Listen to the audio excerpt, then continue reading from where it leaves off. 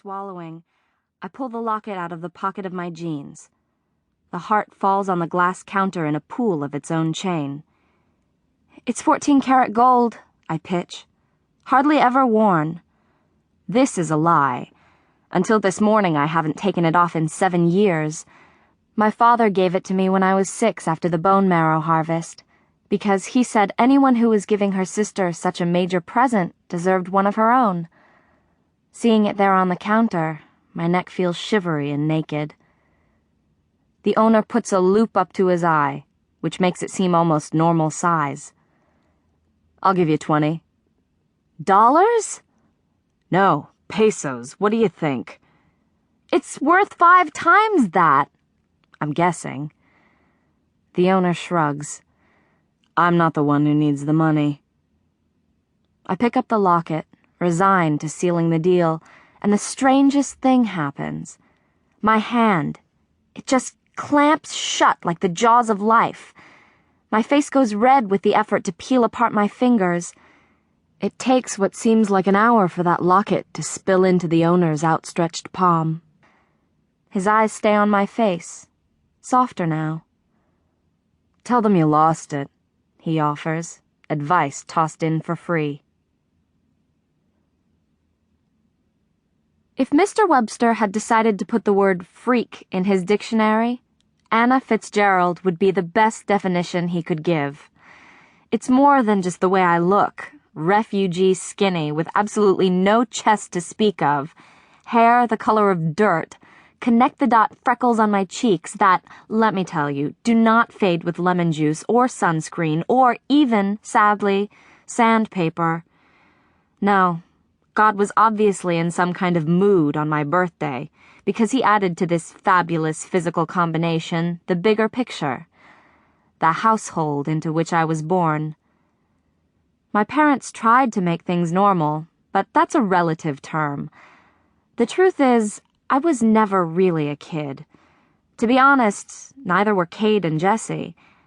I guess maybe my brother had his moment in the sun for the 4 years he was alive before Kate got diagnosed, but ever since then, we've been too busy looking over our shoulders to run headlong into growing up. You know how most little kids think they're like cartoon characters?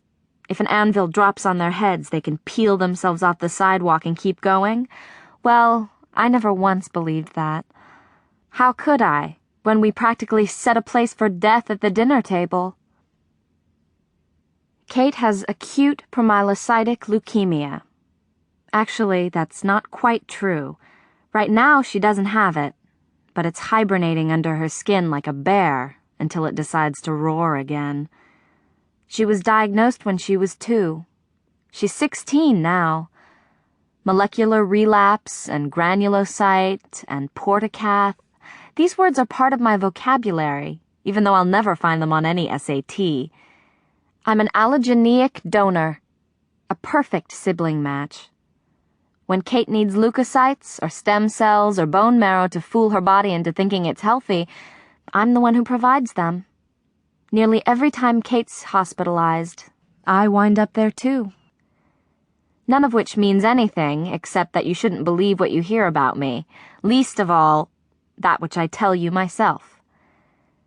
As I am coming up the stairs, my mother comes out of her room wearing another ball gown. "Ah," she says, turning her back to me. "Just the girl I wanted to see." I zip it up and watch her twirl. My mother could be beautiful if she were parachuted into someone else's life. She has long, dark hair and the fine collarbones of a princess, but the corners of her mouth turn down like she's swallowed bitter news. She doesn't have much free time, since a calendar is something that can change drastically if my sister develops a bruise or a nosebleed. But what she does have, she spends at bluefly.com, ordering ridiculously fancy evening dresses for places she is never going to go. "What do you think?" she asks. The gown is all the colors of sunset and made out of material that swishes when she moves. It's strapless, what a star might wear sashaying down a red carpet. Totally not the dress code for a suburban house in Upper Darby, Rhode Island. My mother twists her hair into a knot and holds it in place.